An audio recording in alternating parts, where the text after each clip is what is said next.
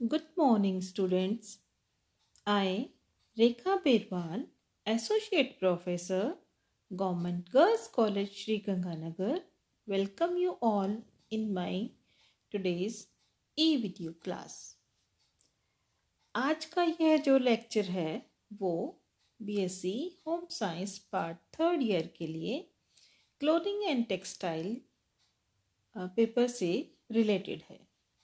आज का जो मैंने टॉपिक चुना है वो बहुत ही सिंपल टॉपिक लिया है जो कि आपकी theory as well as in practical दोनों ही पेपर में आपका काम आएगा। तो आइए स्टार्ट करते हैं आज का टॉपिक कि how to stitch and what thing should be considered while stitching. जैसे कि हम सबसे पहले यदि बात करें तो कपड़े को सिलाई करने से पहले उसे तैयार करना होता है। जैसे कि उचित प्रकार से नाप लेने के पश्चात और कपड़े का हिसाब लगाकर कपड़े को सिलाई के लिए तैयार किया जाता है। कपड़ा काटने से पहले हमें ध्यान देना चाहिए कि यदि कॉटन का कपड़ा है तो उसे हम पहले वॉश कर लें या प्री श्रिंक कर लें। इसके लिए कपड़े को कम से कम कुछ घंटे 5-6 घंटे या 8 घंटे तक पानी में भिगोएं और उसके पश्चात उसको धोएं। मोटे कपड़े को हम कुछ सर्फ डालकर भी भिगो सकते हैं ताकि उसके अंदर जो भी स्टार्च वगैरह है, मांड है, वो निकल सके और कपड़ा जितना भी श्रिंक होना होता है वो भी श्रिंक हो जाए ताकि जब हम उसकी ड्रेस बनाएं या कोई भी गारमेंट बनाएं तो वो है बाद में छोटा ना पड़े। तो इस तरह से उसे धोकर और हम गर्म पानी का भी इस्तेमाल कर सकते हैं मौसम के अनुसार और उसके पश्चात उसको आयरन करें। तो इस तरह से हम सबसे पहले कपड़े को स्टिचिंग से पहले तैयार करेंगे और इसके अलावा उसका हम अनुमान भी लगाएंगे कि जो हम कपड़ा जिस गारमेंट के लिए लेके आए हैं क्या वह उसमें बन जाएगा या नहीं। सपोज कीजिए यदि आपका कपड़ा छोटा है और आपने उसको स्टार्ट कर दिया कि कटिंग करनी स्टार्ट कर दी तो क्या होगा, आपकी जो ड्रेस है वो कंप्लीट नहीं होगी और आपका जो पैसा है वो भी वेस्ट हो जाएगा। इसी प्रकार से जैसे कि कुछ और टेक्सचर वाले कपड़े हैं, मसलन मखमल, शनील या वेलवेट, उनको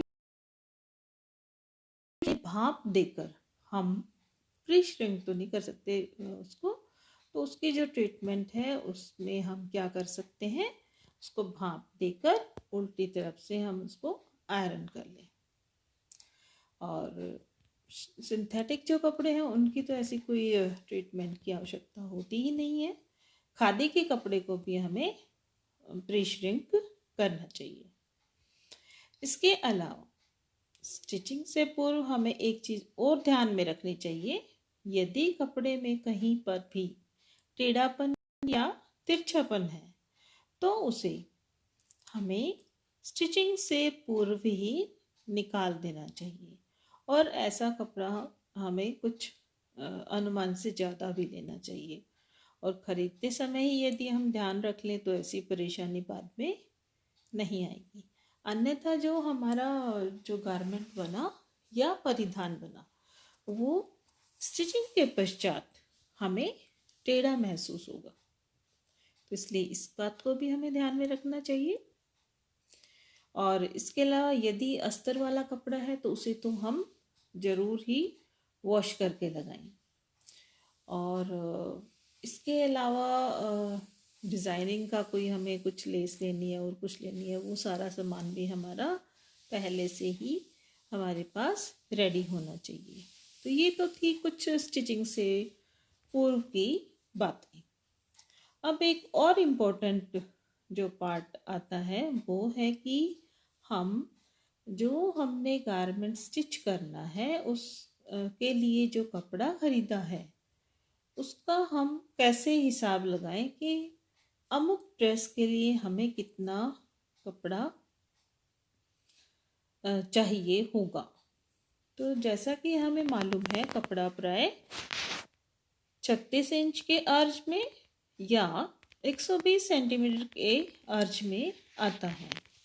हालांकि आजकल जो एक्सपोर्ट वाला जो क्वालिटी वाला कपड़ा है उसमें इससे भी अधिक बड़ा अर्ज आता है। तो सही कपड़े का हिसाब लगाना भी आना जरूरी है। परिधान के डिज़ाइन के हिसाब से ही हमें कपड़ा खरीदना चाहिए। कपड़ा खरीदते समय व्यक्ति के कद के हिसाब से ही लंबाई लेनी चाहिए और वस्त्रों का जो अनुमानित नाप होगा वो हम इस प्रकार से समझ सकते हैं।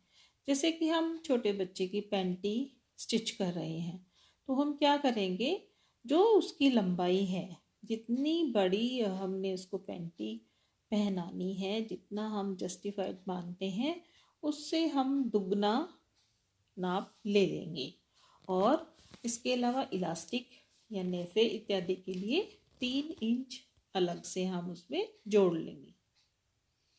तो इस प्रकार से हम उसका कपड़े का अनुमान लगा सकते हैं। फिर आता है जैसे झबला, उसमें हम क्या करेंगे, लंबाई का दुगना प्लस 1 इंच। फिर बात करते हैं जैसे ब्लाउज, तो उसमें हम जो हमारे को अनुमान पहले से ही मालूम है वो है 80 सेंटीमीटर से लेकर 1 मीटर तक। उसमें हम आराम से ब्लाउज को बना सकते हैं। फिर है बिना बाजू का, यदि हमने ब्लाउज बनाना है तो जो 80 सेंटीमीटर है उससे भी हम कम नाप में बना सकते हैं। अब एक और वीडियो मैं आपको आगे बनाने वाली हूँ जिसमें हम विस्तार पूर्वक नाप लेने की विधियों को समझेंगे, लेकिन मोटे तौर पर देखा जाए तो ये कुछ मैंने डॉटेड लाइन से इसमें दिखा रखा है कि इस बाजू का नाप हम कैसे लेंगे, चेस्ट का नाप हम कैसे लेंगे, या कमर पर हम किस प्रकार से नाप लेंगे, कौन सा हिस्सा कमर कहलाएगा, और लंबाई का नाप भी हम किस तरह से लेते हैं। और ये जैसे मान लिया कि कोई भी प्रेपरेशन है स्टिचिंग से पूर्व तो उसको थोड़ा वो दिखा रखा है, आप अस्तर भी जोड़ सकते हो, आप कोई लाइनिंग का है तो, या कोई भी कच्चा टांका करना हो। फिर बात करते हैं, हम बीच में जो बात कर रहे थे कि नाप का अनुमान हम कैसे लगाएंगे। तो जैसे लेडीज़ कमीज़ है उसके लिए जो लंबाई है उसका दुगना प्लस, अगर उसकी फुल स्लीव है तो 16 इंच तक हम बाजू का जो नाप है उसको प्लस कर देंगे। तो इतना कपड़ा हमें चाहिएगा किसी भी लेडीज़ कमीज़ को स्टिच करने के लिए। और अगर उसने बाजू छोटी बड़ी बनानी है तो उसको हम माइनस कर देंगे या कम कर लेंगे। फिर आता है कि लेडीज सूट, उसके लिए भी हमें पहले से मालूम है 4 मीटर से लेकर 4.5 तक का जो कपड़ा है वो सफिशियंट होता है लेडीज सूट को बनाने के लिए। फिर अगर हम जेंट्स कुर्ता की बात करें तो वही नाप हम फॉलो करेंगे, लंबाई का दुगना प्लस बाजू की लंबाई प्लस 2 इंच। फिर बात करते हैं पजामा की, लंबाई का दुगना प्लस 2 इंच, और इसमें फिर से अभी हम 2 इंच और जोड़ सकते हैं यदि हम नीचे से उसको मोड़ने के लिए कुछ कम ज़्यादा करना हो तो। फिर आता है फ्रॉक, लंबाई जो घेरे की लंबाई है उसका दुगना प्लस चोली की लंबाई प्लस 4 इंच मोड़ने के लिए प्लस बाजू की लंबाई। तो ये एक तरह से मोटा अनुमान हम लगा सकते हैं इस तरह से।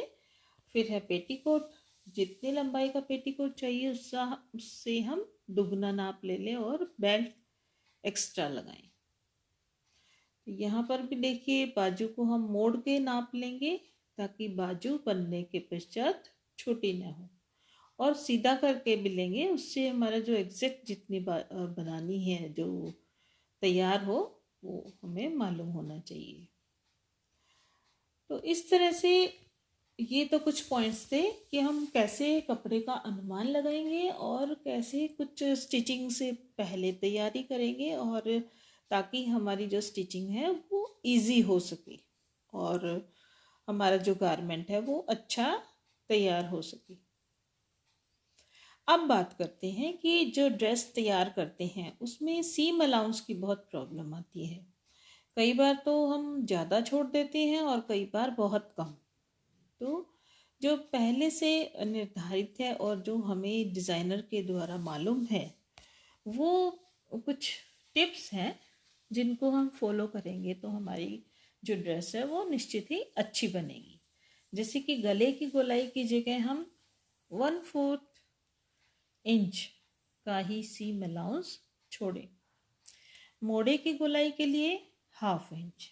फिर बराबर से हम जो स्टिचिंग करें जैसे वेस्ट और cross the under the arm hole and side slit, वहाँ हम 3/4 इंच से लेकर 1.5 इंच तक आवश्यकता अनुसार सीम अलाउंस छोड़ सकते हैं। फिर बात करते हैं बाजू के लिए, वहाँ हम 3/4 इंच सीम अलाउंस छोड़े। आसन की गोलाई के लिए 1/2 इंच, नेफे के लिए 1.5 इंच। हालांकि ये कम ज़्यादा किया जा सकता है। फिर है बाजू के नीचे मोड़ने के लिए 3/4 से लेकर 1.5 इंच तक। यह भी हम फ्लेक्सिबल कहेंगे कि इसमें भी कम ज़्यादा चलन के अनुसार, डिज़ाइन के अनुसार हम कर सकते हैं। फिर अगेन नेफे के लिए 1.5 इंच, 2 इंच तक भी हम रख सकते हैं। एंड लास्ट में हम बात करें आसन के लिए, अगेन 1/2 इंच, जो कि मैंने शायद पहले भी बताया था। तो इस तरह से ये हमने कुछ टिप्स देके कि स्टिचिंग को हम कैसे और भी आसान बना सकते हैं और हम आसानी से स्टिचिंग कर सकते हैं। उम्मीद करती हूँ आज के जो टिप्स थे वो आपको अच्छे लगे होंगे और आपकी पढ़ाई में भी और आपकी जो डे टू डे लाइफ है उसमें ये पॉइंट्स यूज़फुल रहेंगे। तो आपने मेरा लेक्चर ध्यान से सुना, इसके लिए आपका धन्यवाद। Thank you.